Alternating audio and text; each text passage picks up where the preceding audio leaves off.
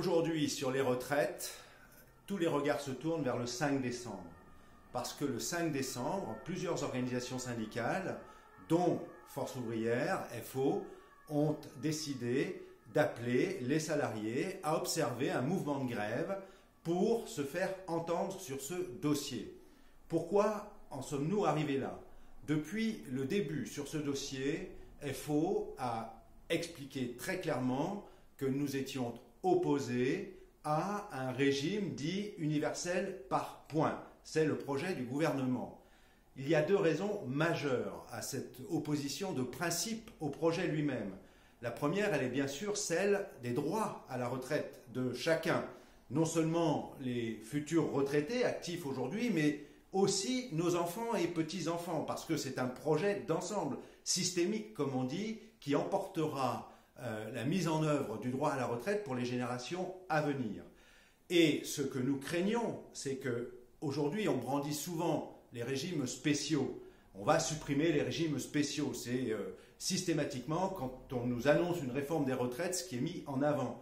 Il faut comprendre que le régime dit universel par points conduit en réalité à un régime unique qui fera disparaître l'ensemble des régimes, pas simplement tel ou tel régime spécial qui, d'ailleurs, en général, concerne assez peu de monde. Ce qui va disparaître, c'est le régime général de base de la sécurité sociale qui concerne, lui, 18 millions de salariés qui cotisent aujourd'hui, 14 millions de retraités, directs et indirects, son régime complémentaire, Agirc-Arrco, qui est, lui, géré par les organisations syndicales dans le cadre de la négociation collective, et puis, en grande masse, celui des fonctionnaires de l'État, celui des fonctionnaires des collectivités territoriales. C'est plus de 80% de la population active et retraitée concernée.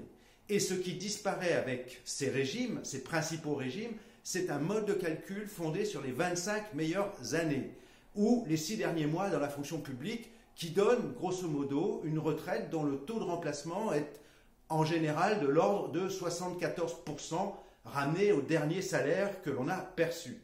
Demain, il faudra se constituer un capital de points tout au long de la vie active, y compris dans les périodes difficiles, quand on entre difficilement dans la vie active, quand on est jeune, en CDD très court la plupart du temps, ou lorsqu'on est confronté à des petits salaires, du temps partiel subi, c'est plus souvent les femmes qui subissent ces difficultés, ou lorsqu'on est senior, qu'on a perdu son emploi et qu'on ne retrouve pas facilement un emploi. Eh bien, on a bien compris qu'au terme de sa vie active, le moment venu, ce capital de points n'y suffira peut-être pas, a fortiori parce que la valeur de service du point, celle qui permet de calculer la retraite le moment venu, eh bien, ne sera peut-être pas à la hauteur pour permettre de partir effectivement à 62 ans. Et il faudra, et ça, tant le haut commissaire en charge de la réforme des retraites que le Premier ministre, que le Président de la République nous ont dit, il faudra de toute façon travailler plus longtemps.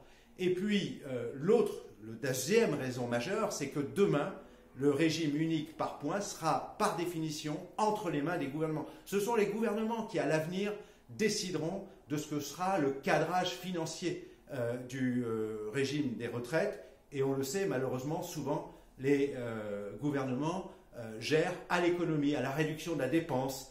Et donc, il y a tout lieu de craindre qu'à l'avenir, les droits à la retraite seront de plus en plus difficiles à être préservés, voire améliorés. Parce que c'est toujours l'objectif d'un syndicat que de faire en sorte que d'améliorer la situation sociale. Et donc, c'est la raison pour laquelle nous n'avons pas été entendus. Nous avons expliqué cela depuis le début, systématiquement, sur chaque aspect, sans relâche, publiquement. Nous n'avons pas été contredits, mais nous ne sommes pas entendus. Et quand nous ne sommes pas entendus, eh bien, nous n'avons pas d'autre moyen que de faire en sorte que le plus grand nombre de salariés disent « Stop, nous voulons être entendus ». Et le 5 décembre, l'appel à la grève le 5 décembre, il doit concerner l'ensemble des salariés, pas simplement, attention, les régimes spéciaux, mais bien évidemment l'ensemble des salariés concernés par les principaux régimes, le régime de base. Et cet appel à la grève, il a pour objectif de dire au gouvernement « Stop, il faut revenir à la table de négociation au point de départ, on peut améliorer le système actuel, on doit le défendre, on doit être fier de ce système dont le Premier ministre nous dit lui-même d'ailleurs qu'il nous est envié. » Voilà pourquoi nous vous appelons à joindre l'appel à la mobilisation lancé par les organisations syndicales pour le 5 décembre.